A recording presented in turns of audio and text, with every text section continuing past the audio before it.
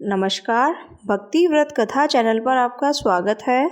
आज के इस वीडियो में हम वैभव लक्ष्मी व्रत की कथा को सुनेंगे। बोलिए माँ वैभव लक्ष्मी की जय। अब हम इस कथा को सुनते हैं। एक बड़ा शहर था। इस शहर में लाखों लोग रहते थे।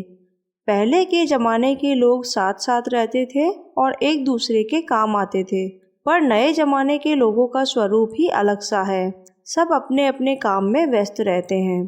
किसी को किसी की परवाह नहीं है।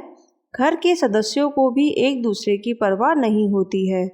भजन कीर्तन, भक्ति भाव, दया, परोपकार जैसे संस्कार कम हो गए हैं।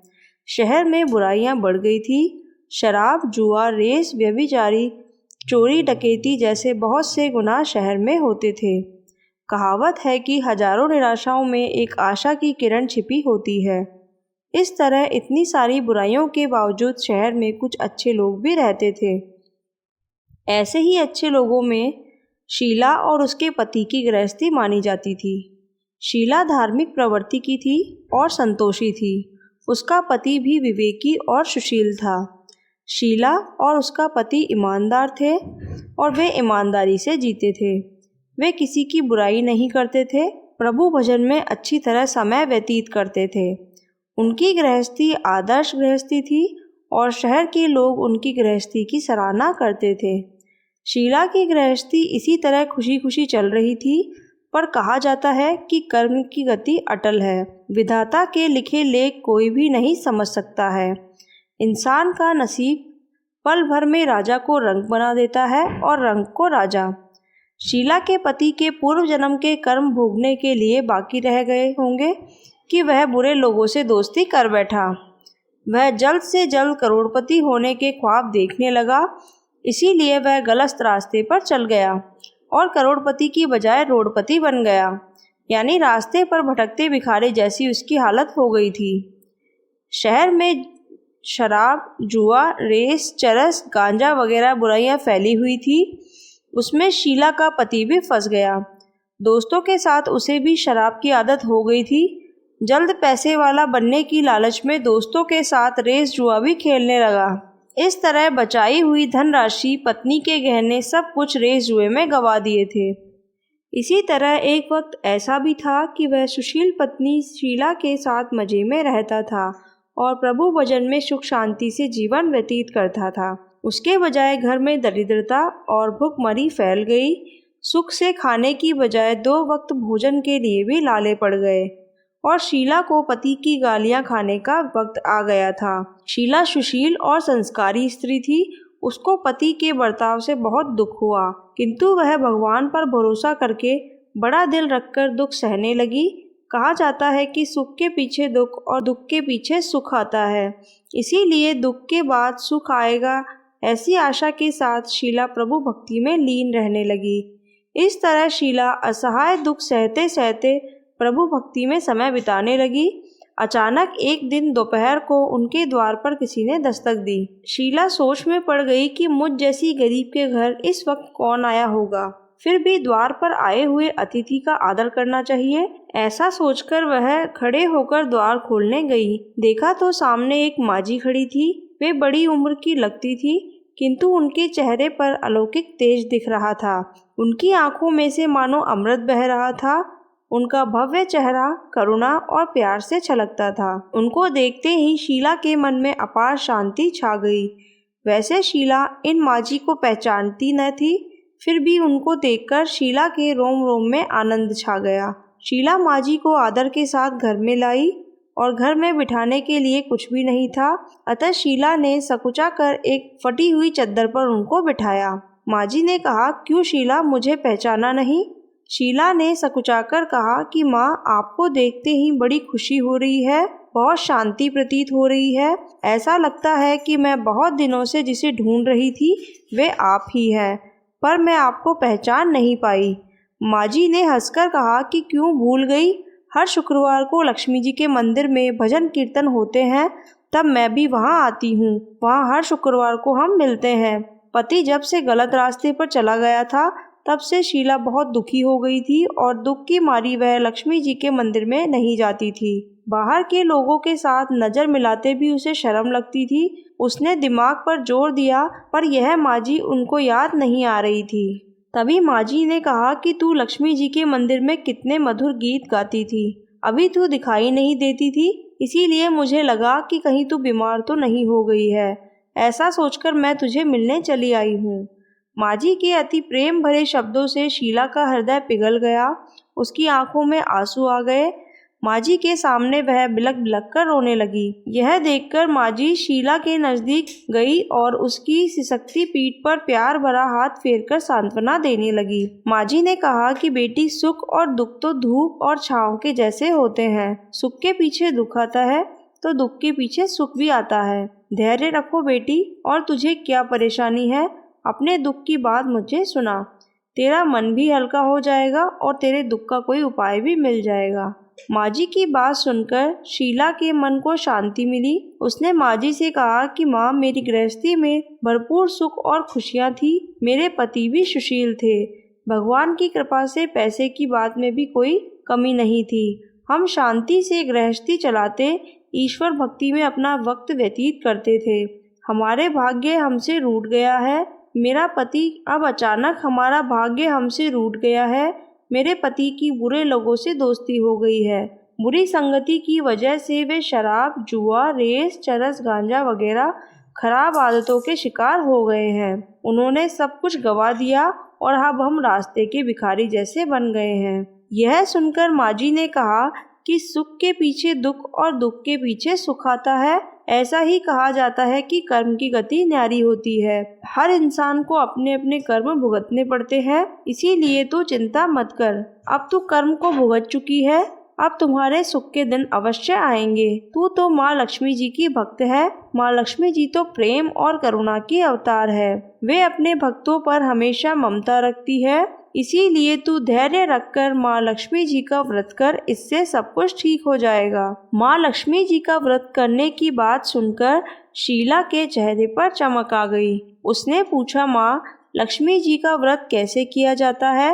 वह मुझे समझाइए, मैं यह व्रत अवश्य करूँगी। माजी ने कहा कि बेटी, माँ लक्ष्मी जी का व्रत बहुत सरल है। उसे वर लक्ष्मी व्रत या वैभव लक्ष्मी व्रत भी कहा जाता है। यह व्रत करने वाले की सभी मनोकामनाएं पूर्ण होती है। वह सुख, संपत्ति और यश प्राप्त करता है। ऐसा कहकर माजी वैभव लक्ष्मी व्रत की विधि कहने लगी। बेटी, वैभव लक्ष्मी व्रत वैसे तो सीधा साधा व्रत है, किंतु कई लोग यह व्रत गलत तरीके से करते हैं, अतः उसका फल नहीं मिलता है।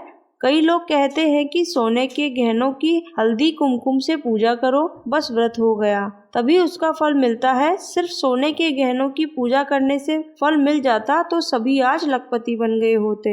सच्ची बात यह है कि सोने के गहनों की विधि से पूजन करना चाहिए। व्रत के उद्यापन की विधि भी शास्त्रीय होनी चाहिए, तभी यह वैभव लक्ष्मी व्रत पूर्ण फल देता है।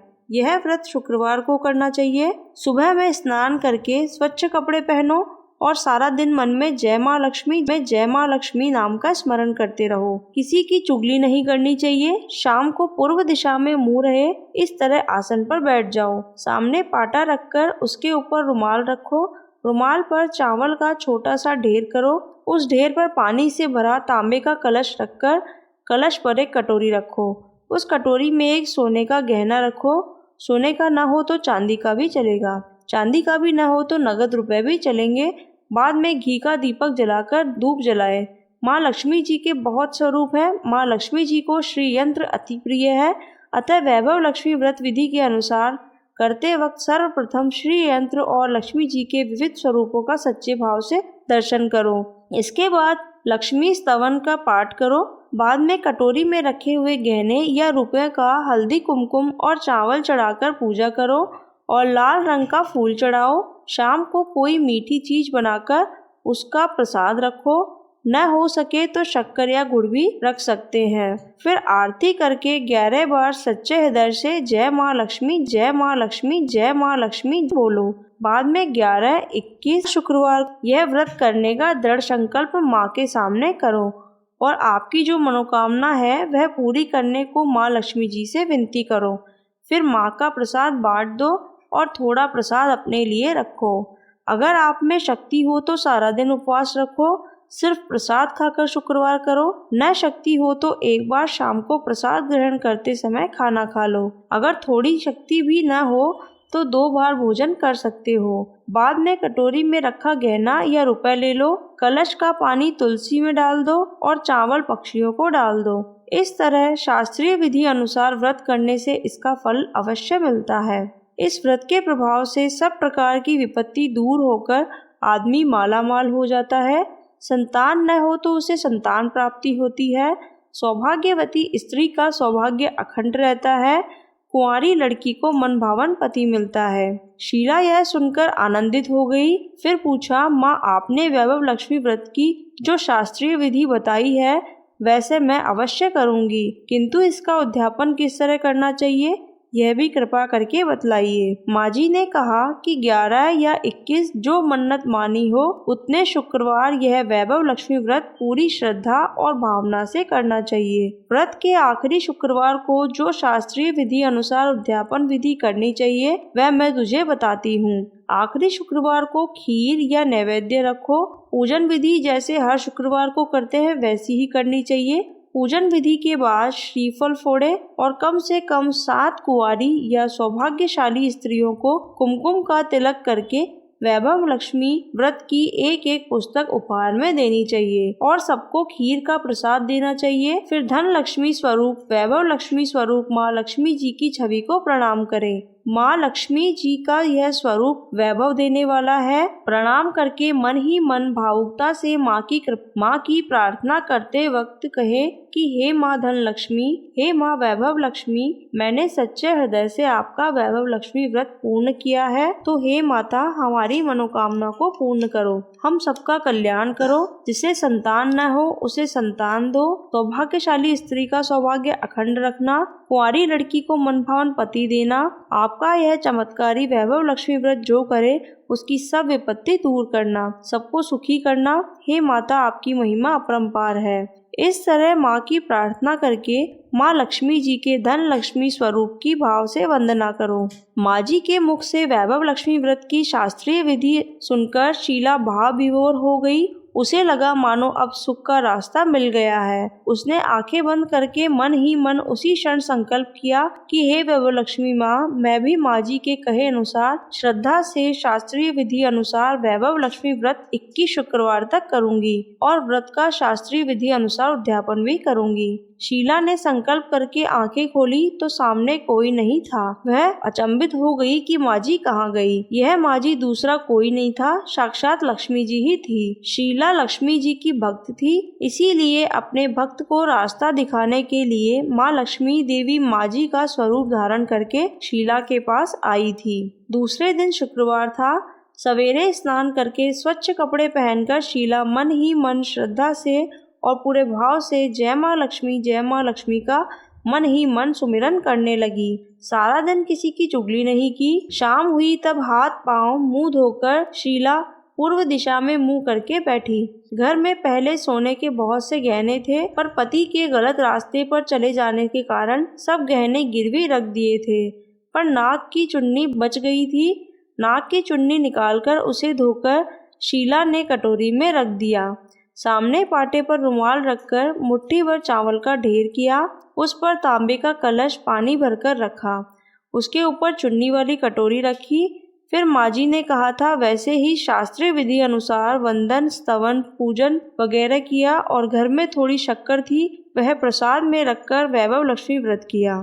यह प्रसाद पहले पति को खिलाया। प्रसाद खाते ही पति के स्वभाव में फर्क पड़ गया। उस दिन उसने शीला को मारा नहीं, सताया नहीं। शीला को बहुत आनंद हुआ। उसके मन में वैभव लक्ष्मी व्रत के लिए श्रद्धा और बढ़ गई।